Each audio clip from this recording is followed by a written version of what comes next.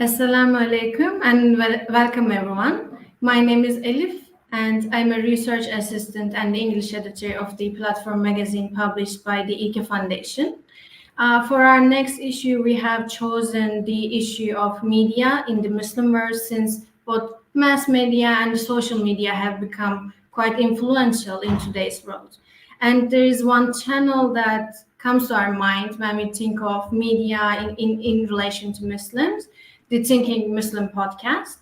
Today we have the founder and also the host of the Thinking Muslim podcast, Mohammed Jalal, with us. Welcome, Mr. Jalal. It's a pleasure to have you here today. Oh, Jazakallah khair. It's really a pleasure is mine. Thank you very much for inviting me onto your show. Alhamdulillah. You're welcome. And I would like to start with maybe a bit impossible, but a simple question that maybe there are people in our audience that see you for the first time. So maybe could you please introduce yourself and maybe a bit introduction to the podcast as well? Yeah, Jazakallah khair. Thank you very much, Sister Elif, for your kind introduction and for your invitation. So, the Thinking Muslim was put together by myself and a team of like-minded Muslims around 4 years ago. We started off as an audio-only podcast. So, I know that it's not so common in Turkey, but in the West, many a time podcasts are in audio format only. Some of the most famous podcasts, like the Serial podcast or This American Life, are in audio only and not on YouTube. So we began our podcast as an audio only podcast. Now, the reason why I started it, or at least my motivations at the very beginning, was that I felt that there was a need to address the complexities of Islam and intellectual Islam for a modern audience. So my background, I teach politics at a college here, and many of my colleagues who started the podcast with me were like-minded. They were people interested in Islam, in politics, in intellectual ideas, in philosophy, in economics. So we put the podcast together, and for 3 years we were audio only. And last year, so at January 2023, we moved to a video format, and alhamdulillah, it's really taken off after that. Yeah. I think it's a really great project to start in the Western context, but especially growing into the Muslim world all around the world. And maybe when we look at your channel, you cover a lot of issues regarding the Muslim world with important academicians, scholars, maybe sometimes influential people from different contexts. And I would like to ask, like, what inspired you to start the podcast, and then you turn to beginning a YouTube channel as well. Yeah, fantastic. It's a very good question. So I often think about what my original motivations were, and I think it came down to a realization that often in the English language, at least, a lot of the content is very dumbed down. What I mean by dumbed down, it's basic, it's simple. It doesn't reflect the diversity or the complexities of our faith and the world around us. And the people around me were telling me that that's the movement of travel. So if you're going to start a podcast, you need to make it 5 minutes long. You need to make it 10 minutes long. You need to make it snappy. You need to have lots of emotion. You can't go into lots of depth. That's an academic channel, and an academic channel will get 10 or 20 views, but they're never going to broaden into something which is more popular.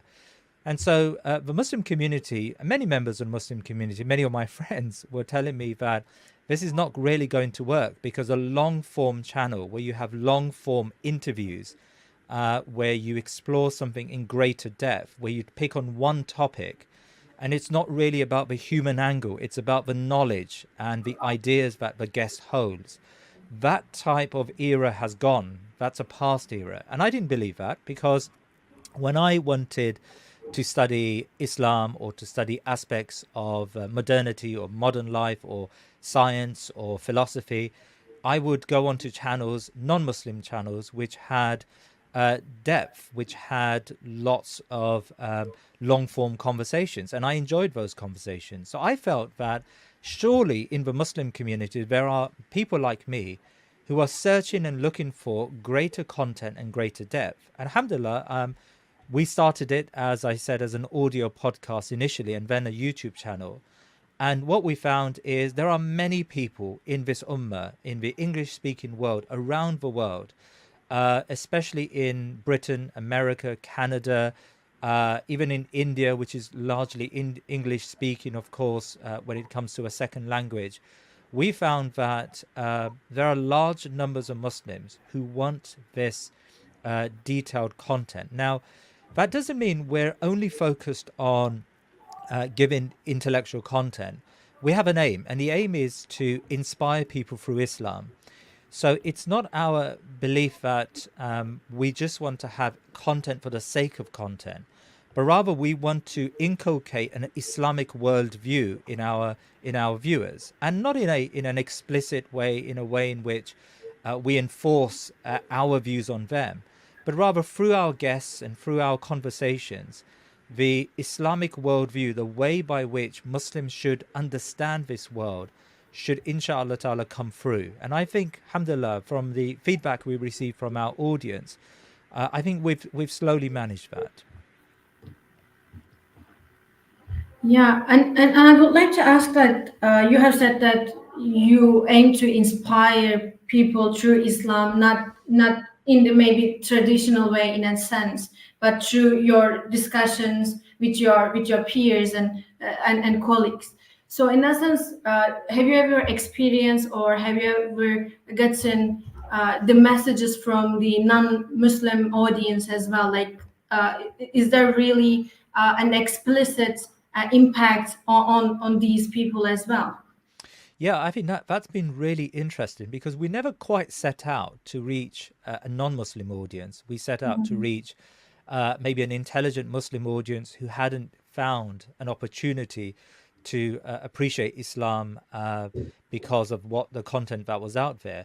But actually, what has been a very satisfying impact of the podcast are the number of non-Muslims who have come to us, who have commented on our channel, who have contacted us through our website, who really find some comfort in our interviews. And even though they don't share our worldview, they can see that our worldview is moral and just. And I've noticed that on a number of occasions. Just in fact, this morning, one of my guests, Ahmed Paul Keeler, who was a long-time convert to Islam. He converted to Islam in the 1960s. He came onto my show twice. And one of his clips has now been cut out and spread around lots and lots of non-Muslim channels. In fact, the greatest number of views have come through the non-Muslim channels. He talks about how modernity has destroyed the child.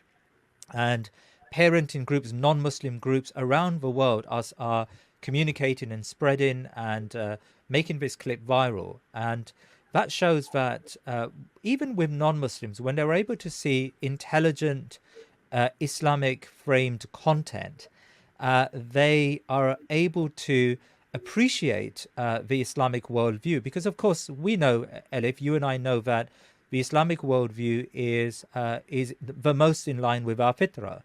We have a human capacity, a basic natural capacity to see justice and to see right. And the Islamic worldview conforms with that. So I've been very heartened and very surprised sometimes by the number of non-Muslims.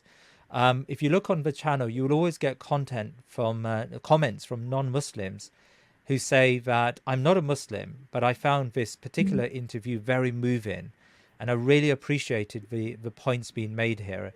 And that really is a testament to how Islam has a capacity to reach out to just and compassionate people who can see the truth for what it is. Yeah, great.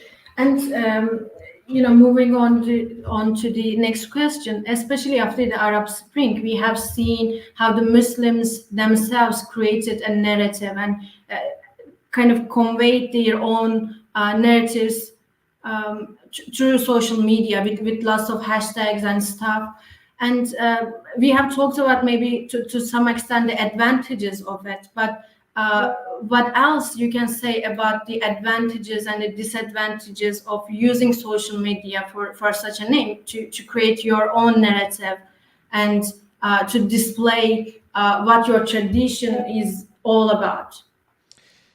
Yeah, that's really interesting because, of course, until recently, or at least this is a generation that's going through a transformation when it comes to knowledge. Previous generations used to take knowledge from very limited sources, and those sources would have been traditional media, and that allowed the narrative to be very easily developed and maintained by the establishments around the world. um, that is slowly falling apart. In fact, that's falling apart in a radical way because, of course, social media, at least to a degree. Now, of course, many social media companies are run and owned by very rich corporates, and these corporates have to make deals with the American state, for example. But even then, even with all of the limitations of these social media companies and their shadow banning, and they are attempting to undermine pro-Palestine, for example, narratives, as we've seen recently, there is still a more wider ability for Muslims and for those who are not confirming or conforming to the popular narrative.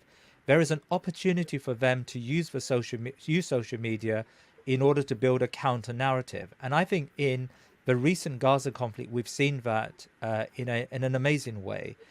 Young people now, there is a plurality, a large number of young people across the West who no longer believe that Israel is a just state and that Zionism is a cause for good in the world. In fact, the largest share of younger people today finally accept and believe that Zionism is a very problematic ideology, and what's happening in Gaza is a colonial settler activity or settler project rather than something which is far more just and humane as maybe previous generations would have believed. So I think social media has destroyed those establishment markers or filters that have maintained a particular narrative. And I think the Thinking Muslim, I mean, we try to use social media, and YouTube, of course, is part of that landscape. We try to use social media in order to, convey and forward a Islamic narrative about the events, and a pro-Muslim narrative really about the events. And our Gaza episodes in particular have been very widely circulated because it provides a counter. And it's not just Muslims who we've had on the show. We've had plenty of non-Muslim guests on our show. For example, Peter Roborn, Owen Jones. These are famous journalists here in the UK. And we provide a platform for those narratives to spread. Yeah. And while you were talking about it, I was thinking of like some YouTube channels or mass media influencers or the important figures in the Western, aiming for the Western audience as well, has been kind of utilizing the what has happened after the October 7th, like Piers Morgan and all. So, do you think that this kind of hegemony persists? There's this a way of utilizing the Muslim cases or such a genocide going on. So do you think that such channels like yours or many others are effective in countering this hegemonic view? You have briefly talked about it, but could you a bit maybe elaborate on that as well? Yeah, that's a nice point. I think that, of course, when it comes to knowledge and the production of knowledge and the dissemination of, let's call it, propaganda, as I mentioned before, the hegemonic powers, and in particular, we're talking about America and the order that America created around the world and her allies around the world, have always had control over knowledge production, and they've always had control over the narrative. And so the narrative here in the West has always been maintained by the establishment, and this hegemonic narrative has allowed generation after generation to see the world according to America's mindset, or according to this very a mindset which is propagandized. It's not a mindset which comes from a neutral understanding of the world. It actually comes from a propaganda, a perception of the world, of how the world should be. Um, and so these establishment narratives, these narratives that have maintained this liberal world order, these narratives are slowly unraveling around the world. And that's really because of the counter narratives that are now far more popular and far more in existence around the West and around the world. And certainly social media has participated in breaking that effective hegemony and countering that hegemony and that narrative. Now, I think it is right to say that it still doesn't mean that it's a level playing field, because when we think about the power of soft power, the power of state soft power, we recognize that it really comes down to money and resources. And America has plentiful of that, plenty money and plenty resources. And so do her allies around the world. And that's why they spend literally billions, tens of billions on a yearly basis, state funds to propagandize, to establish their soft power supremacy. But what we've realized is, and I used to think this, that you can't counter a state except through a state, and you need to have a strong state to counter this state narrative. But what I've realized is that, sometimes a rap singer, Macklemore, can produce a song in America about Gaza, and that alone can be spread and proliferated around the world. And even when the social media platforms try to censor it, it can't be sufficiently censored. And so it reaches the young child on the streets of London, and it can penetrate that mindset. And regardless of the millions that are being put into propaganda on a daily basis to change the narrative, just one song, one rap song can have an effect.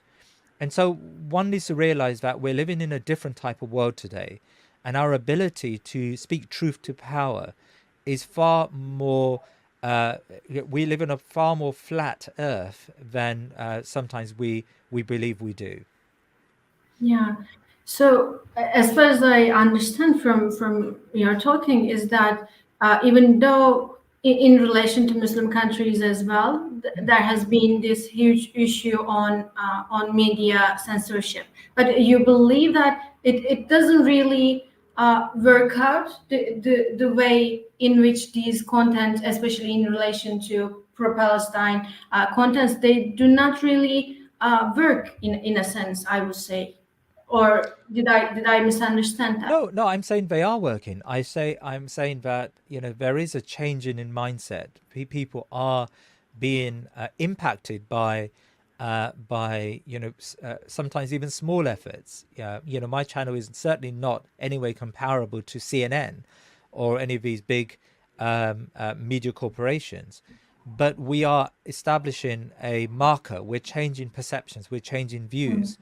And I think that's a very positive thing. So my view is that we can counter it. It would take a lot of effort and a lot of time and a lot of energy and a lot of creativity. We need to have far more creative efforts within the English-speaking world in particular. But I think we can counter it. Yeah, I understand. So the censorship just persists, but the mindset changes. Yeah. Okay.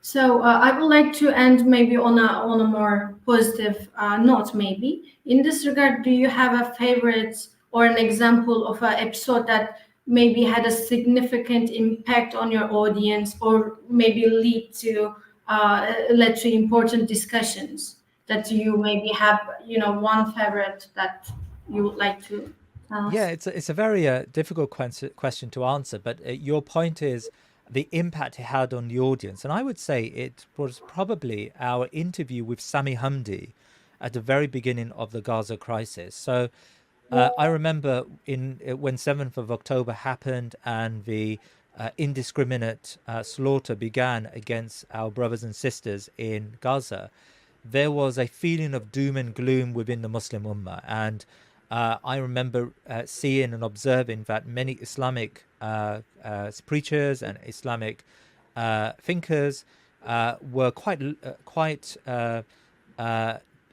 demoralized by what was happening, and the inability to express the views of our ummah in Palestine. And there was a general feeling that things are very bad here and things are going to get worse. And when I interviewed Sami Hamdi at the very beginning of the crisis, Sami was able to establish a marker of hope.